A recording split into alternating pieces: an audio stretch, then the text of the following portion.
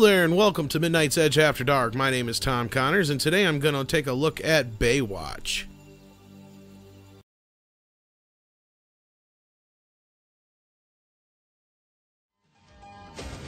Baywatch debuted on NBC in 1989, but they canceled the show in 1990 after its first season. It was immediately revived in syndication, where it became one of the most popular shows in the world.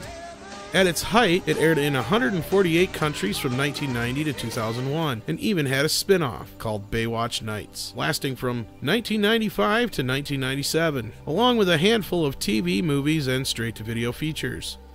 The show was a juggernaut and was carried on the shoulders of TV legend and superstar David Hasselhoff. The show will always be synonymous with the 90s and didn't exactly age well. The melodramatic nature of the show became the butt of many jokes over the last couple decades, and the show has fallen out of popularity and pop culture to the point where one can question where it makes any sense to do not only a major motion picture, but to make it in the vein of the 21 Jump Street reboot films. Well, I can tell you why. As I said before, at its height it aired in 148 countries. So, needless to say, this movie was made more so for the international audience than the American audience. But usually comedies don't always translate very well. This comedy didn't really translate well with the American audience either, as you can tell by the box office. But more on that in just a moment. First, the film story.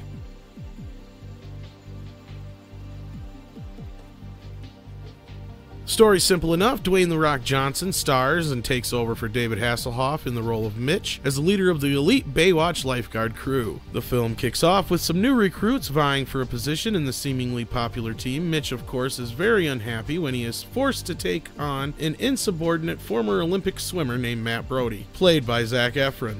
Oh, you know, you want to be on our team, you're going to have to pass this course. We all do. Look, Mitch, right? Lieutenant to you. Lieutenant? Like in the Army?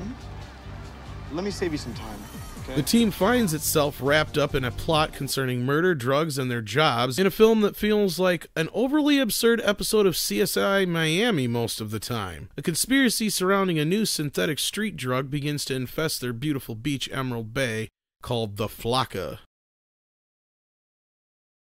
21 Jump Street was set in the same universe as its TV counterpart. Unlike that film though, Baywatch is set in its own and is a complete remake of the show. The plot is nothing more than a thin rack for jokes to be hung on, and most of them have been hung out to dry for way too damn long, and are just too forced and obvious. I told you don't have to do this every day. I want to. You saved my sister's life. You think I'm gonna forget that? All right, well listen, tomorrow make my pecs a little bigger, and don't cover up my front bump. You got it. Huge dick. Big dick. The jokes mostly fall flat, and you start to question what the purpose was of this movie other than to cash in on its name and to have a safe vehicle for its stars. The fact that Baywatch didn't exactly take on a life of its own and has fallen out of the lexicon on top of becoming a joke, as stated before, begs to wonder what the studio was thinking here other than trying to cash in on 21 Jump Street's success, and poorly.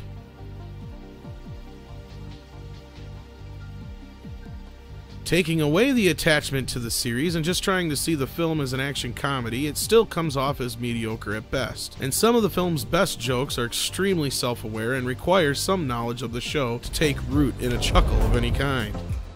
Is it just me, or is she... In super slow motion. Yeah. Baywatch just happens to fall in that strange gray area where it's not bad enough to be any fun to make fun of, and it's not good enough to recommend to anyone. His taint. Don't be a baby. Lift his scrotum. Not touching the man's scrotum. Lift his ball sack and check for anything unusual. There's not... Fuck. The fact that no one anywhere, not even in Germany, asked for the Baywatch movie should have been an indication for Paramount to pass on this idea. Instead, they learned the hard way when no one anywhere, not even in Germany, went to see the film. And seriously though, as I said before, it's no fun to really pick on the film because it's not as much of a mess as some would expect. And even for fans of the film's stars, it's hard to recommend. Take off your shirt. Shirt? No, I don't. Ugh. No one wants to see that. Take it off. Okay, yeah, of course. The tasteless and repetitive jokes on top of a cookie-cutter plot with a trademark name and a concept thinly laid on top of this makes it feel so unworthy of feature film status.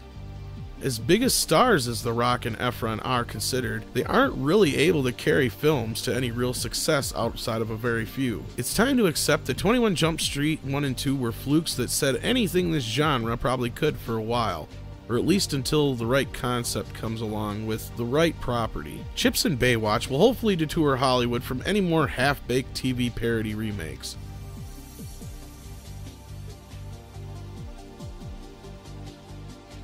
Baywatch is hardly worth the 5 out of 10 stars it gets, but some may enjoy it for what it is. The most of you, though, will wish you hadn't wasted your time. If you like this video, then please hit that subscribe button. Due to recent changes made by YouTube, we also encourage all of our subscribers, both new and old, to please hit that bell icon next to the subscribe button as well, so you will be notified when new videos are uploaded. Be sure to check back for news and analysis of the happenings and corporate politics behind the scenes of your favorite genre movies, as well as explorations of your favorite characters and their backgrounds and context here at Midnight's Edge After Dark.